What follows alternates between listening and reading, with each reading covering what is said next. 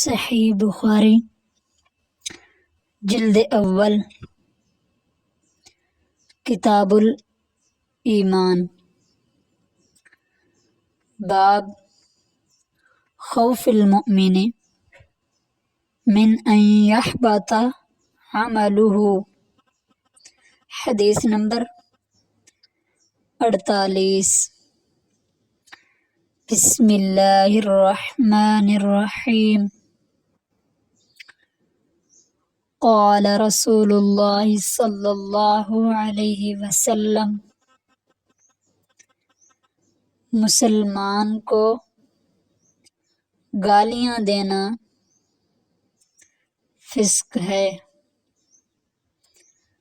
اور اس کا قتل کرنا کفر ہے۔